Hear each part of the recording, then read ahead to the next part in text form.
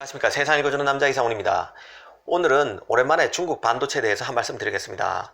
그럴 만한 계기가 있는데요. 바로 리커창 중국 총리가 얼마 전에 삼성전자의 산시 공장을 직접 방문했습니다. 그리고 가정매체 한국시보가 삼성이 품위있게 중국에서 폐업했다고 칭찬했습니다. 여기서 폐업이란 중국에 있던 삼성 휴대폰 공장을 말하죠. 한마디로 중국 공산당이 연일 삼성 띄우기에 나서고 있습니다. 중국에 갑자기 왜 이러는 것일까요? 지난해 3분기까지만 해도 그 당시가 메모리 초호황 무렵이었죠. 삼성과 하이닉스, 마이크론이 가격 담합에 나서고 있다며 우리 기업을 압박했던 게 바로 중국입니다. 그런데 지금 얼굴색을 바꾸고 삼성 띄우기에 나서고 있습니다. 이 단도직입적으로 말씀드리면요, 그만큼 반도체 굴기가 핀치로 몰리고 있다는 뜻이라고 저는 보고 있습니다. 사실 중국은 미국과의 무역 전쟁으로 반도체 굴기가 개멸적 타격을 입은 상태입니다. 이런 상황이다 보니 중국으로서는 미국을 제외한 다른 나라에는 연일 추파를 던지고 있는데요. 가령 중국은 미국과는 조금 결이 다르죠. 유럽 기업들, 그러니까 독일, 영국, 네덜란드 등 여기에는 유럽의 유럽 국가들인데 여기에는 반도체 장비 유망한 업체들, 뛰어난 업체들이 많습니다. 이런 유럽의 반도체 장비 업체와 협업을 강화하기 위해서 무진 애를 써왔습니다. 하지만 성과는 거의 없습니다. 독일 등이 하웨이 통신 장비를 쓰기로 하는 등의 성과는 있었지만 반도체 분야에서 중국의 성과는 거의 없었습니다. 유럽은 그래도 미국 편에 가깝기 때문이라고 볼 수 있을 것 같습니다. 중국은 또 일본과 한국이 일본 정부의 소재 수출 규제로 삐걱거릴 때는 중국의 차관복급 상무부 관리가 일본과 한국에 들어가 은밀한 제안을 했다는 뉴스가 나오기도 했습니다. 내용은 바로 중국이 일본에는 반도체 소재 수요처로서 삼성전자, SK하이닉스로의 수출 물량을 메워주고 또 한국에는 일본 소재의 대체재를 제공하는 것을 지렛대로 은밀히 메모리 협력을 제안했다는 뉴스였습니다.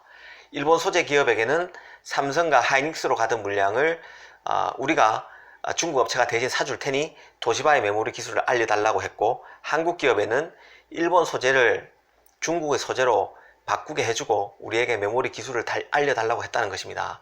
사실 이런 뉴스를 읽어보면요, 이게 과연 정말일까 하는 생각부터 드는 게 사실입니다.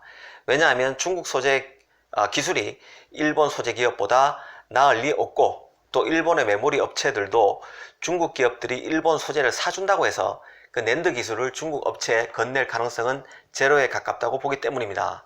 더구나 일본은 우리에게 소재 수출을 규제한다고 했지만 사실상 이전과 크게 달라진 것은 없습니다. 무늬만 수출 규제일 뿐 사실상 수출 통로는 다 뚫어놓은 상태라는 게 제 개인적인 판단입니다. 지금 현실적으로도 그렇죠. 이런 현실 속에서 이런 식의 뉴스가 계속 나오는 것은 그만큼 중국이 반도체 기술 독립에 대한 의지가 강하다는 뜻이고, 이런 강력한 중국의 의지에 비례해서 미국의 제재도 여전히 강력하기 때문에 중국이 기술 갈증에 시달리고 있다는 뜻일 것 같습니다. 중국으로서는 이런 난국을 타개하기 위해서라도 백방으로 뛰고 있음을 보여준다는 생각인데요.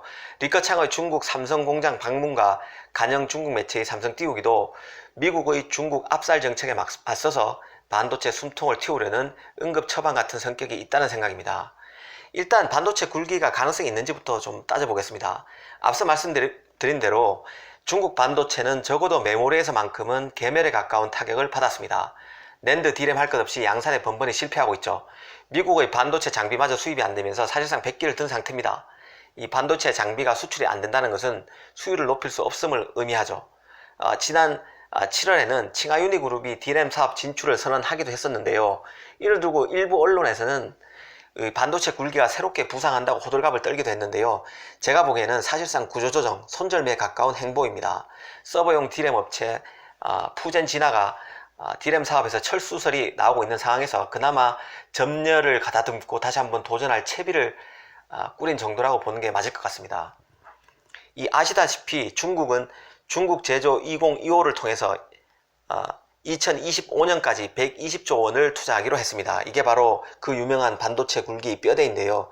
사실 그간 우리 사회에 만연했던 중국 반도체 굴기에 대한 과도한 두려움은 120조라는 투자 액수의 어마어마함과 반도체 업종에 대한 이해 부족에서 비롯됐다는 게 제 개인적인 생각입니다. 이 120조라는 어마어마한 투자 규모는 어찌 보면 반도체 분야에서는 큰 돈이 아닐 수도 있습니다. 여기에 120조라는 규모에는 중국 공산체제, 중국 특유의 투자에 따른 비효율이 숨어 있을 수도 있습니다.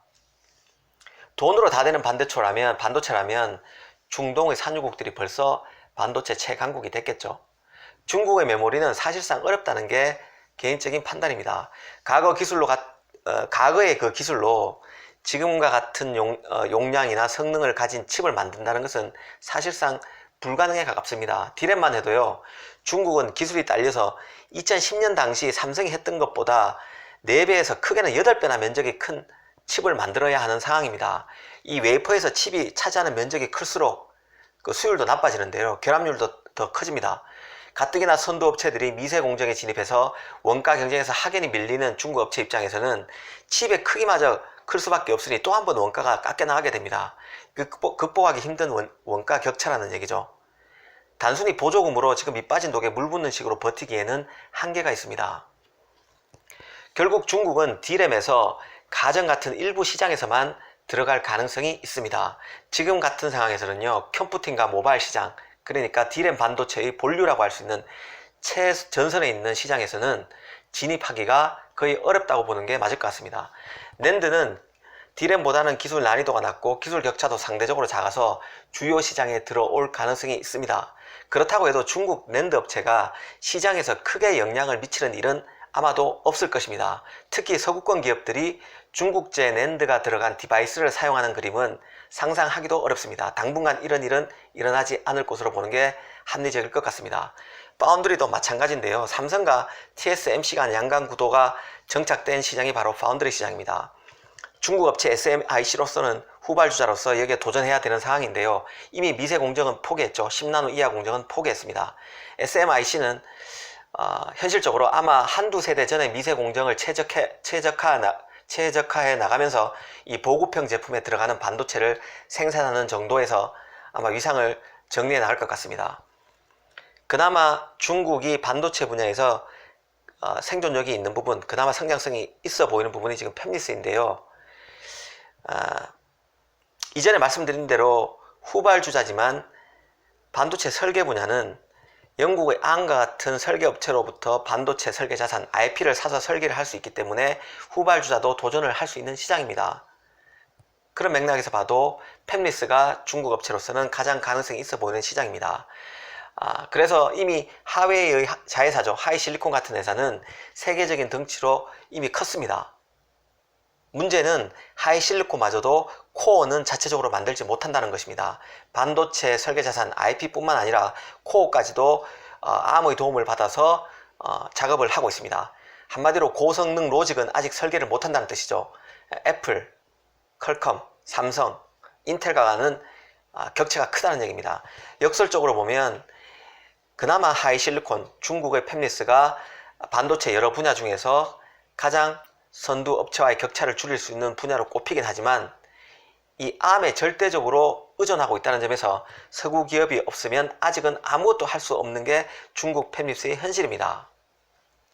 실제로 그 하웨이의 최신 스마트폰이 미국의 하웨이 제재로 ARM과의 거래가 제한적으로 이루어지면서 AP칩도 최고 성능을 내지 못하고 있다는 평가가 시장에서 나오고 있는 상황입니다. 이게 바로 중국 팹리스의 현실이라고 볼 수 있을 것 같습니다. 이 리커창 반문을 통해서 중국 반도체를 다시 한번 정리해 드렸습니다. 감사합니다.